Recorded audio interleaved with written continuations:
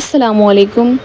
قتل حسین اصل میں مرگ یزید ہے، اسلام زندہ ہوتا ہے ہر کربلا کے بعد۔ ناظرین، اس محرم الحرام کو حضرت امام حسین رضی اللہ تعالی عنہ کو انتہائی بے دردی کے ساتھ شہید کر دیا گیا تھا اور دنیا کے تمام مسلمانوں کے لیے انتہائی سوگ والا دن بنا دیا گیا تھا۔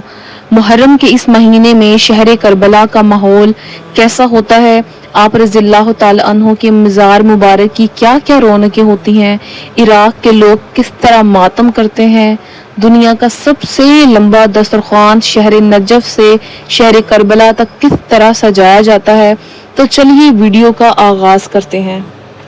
ناظرین، حضرت امام حسین رضی اللہ تعالی عنہ رسول صلی اللہ علیہ وآلہ وسلم کے نواسے ہیں اور حضرت علی رضی اللہ تعالی عنہ کے پیارے بیٹے ہیں۔ حضور صلی اللہ علیہ وآلہ وسلم نے اپنے دونوں نواسوں حضرت امام حسین رضی اللہ تعالی عنہ اور امام حسن رضی اللہ تعالی عنہ سے بہت زیادہ محبت کرتے تھے، اور آپ صلی اللہ علیہ وآلہ وسلم کو یہ بھی معلوم تھا کہ میرے حسین نے کربلا میں میرے دین کو بچاتے ہوئے شہید ہو جانا ہے۔ حضرت امام حسین رضی اللہ تعالی عنہ جب کربلا کی جنگ لڑنے کے لیے عراق کی سرزمین پر پہنچے تو یزید مردود نے آپ رضی اللہ تعالی عنہ کے قافلے کا پانی بند کر دیا تھا۔ یہ پانی ایک محرم یعنی یکم محرم الحرام کو بند کیا گیا۔ اس جنگ میں آئے تمام صحابہ کرام اور قافلے کے دوسرے لوگ بھوک اور پیاس سے نڈال ہوتے گئے۔ پھر جب 10 محرم الحرام کا دن آیا تو حضرت امام حسین رضی اللہ تعالی عنہ نے کربلا کی جنگ لڑی۔ یہ جنگ پوری دنیا کے مسلمانوں کو سوگوار بنا گئی، کیونکہ اس جنگ میں حضرت امام حسین رضی اللہ تعالی عنہ کو شہید کر دیا گیا تھا۔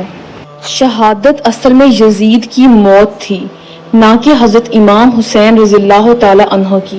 یزید مردود نے پھر امام حسین رضی اللہ تعالی عنہ کے سر مبارک کو اٹھایا اور پاک بیبیوں کے ننگے سر کوفہ کے بازاروں سے یزید کے دربار پر لائے گئے۔ یہ کوفہ کے لوگ حضرت امام حسین رضی اللہ تعالی عنہ کی شہادت پر بہت خوش تھے۔ بازاروں کی چھتوں پر چڑھ کے یہ لوگ ہمارے پیاروں پر اور پاک بیبیوں پر پانی اور پتھر پھینکتے رہے۔ پوری دنیا میں جہاں جہاں شیعہ کمیونٹی موجود ہے وہ سب اپنے اپنے انداز میں محرم الحرام میں ماتم مناتے ہیں، مگر عراق کے لوگ یکم محرم الحرام کو حضرت علی رضی اللہ تعالی عنہ کے روضے مبارک پر لال رنگ کا کارپٹ بچھاتے ہیں۔ بالکل اسی طرح حضرت امام حسین رضی اللہ تعالی عنہ کے مزار مبارک پر بھی لال رنگ کا کارپٹ بچھا دیا جاتا ہے اور کربلا کے میدان سے مٹی لا کر ان کارپٹوں کے اوپر بچھا دی جاتی ہے، جو کہ بڑی بڑی کرینوں کے ذریعے اور بوب کیٹس کے ذریعے بچھائی جاتی ہے۔ یہ تمام تیاریاں 9 اور 10 محرم الحرام کے لیے کی جاتی ہیں۔ یکم محرم الحرام سے لے کر 8 محرم تک تمام عراق کے اندر جلوس اور جلسے ہوتے ہیں۔ تمام لوگ جلسوں میں شریک ہوتے ہیں، نوجوان، لڑکے، لڑکیاں، عورتیں، بچے، سب لوگ گھروں سے باہر ہوتے ہیں اور کھانے بھی گھروں سے باہر ہی کھاتے ہیں۔ یہ لوگ ان دنوں میں بہت زیادہ اللہ کی راہ میں نظر و نیاز کرتے ہیں۔ یہی وہ ملک ہے جہاں پر دنیا کا سب سے لمبا دسترخوان بھی لگتا ہے۔ یہ دسترخوان شہر نجف سے شہر کربلا تک کا لگتا ہے۔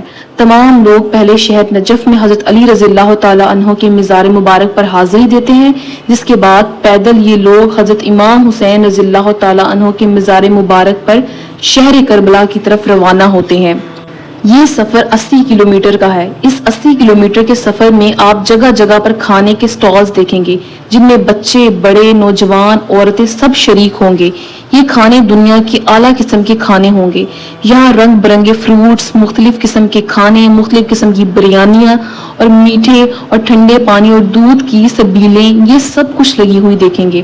حتیٰ کہ بہت سارے لوگ تو پیدل یہ سفر کرتے ہیں۔ 9 اور 10 محرم الحرام کو حضرت امام حسین رضی اللہ تعالی عنہ کے مزار مبارک پر لاکھوں لوگوں کا ہجوم ہوتا ہے، جو انتہائی سوگوار اور ماتم میں مبتلا ہوتا ہے۔ یہ ماتم ہاتھوں سے بھی کیا جاتا ہے، اس کے علاوہ سنگلوں اور زنجیروں کے ذریعے بھی کیا جاتا ہے۔ عراق وہ ملک ہے جہاں پر عراقی لوگ تلواروں اور بندوقوں کے ذریعے بھی ماتم کرتے ہیں۔ اس ماتم کے اندر لوگ زخمی تو ہوتے ہی ہیں، ان کے علاوہ بے شمار لوگ شہید بھی ہو جاتے ہیں۔ ان لوگوں کا ماننا ہے کہ ان 2 دنوں میں اپنے جسم کو جتنی زیادہ تکلیف دیں گے، اللہ رب العزت کی ذات اتنی ہی ان سے راضی ہوگی۔ شہر کربلا کے اندر عراقی لوگ گھوڑوں کے اوپر بیٹھ کر ہاتھ میں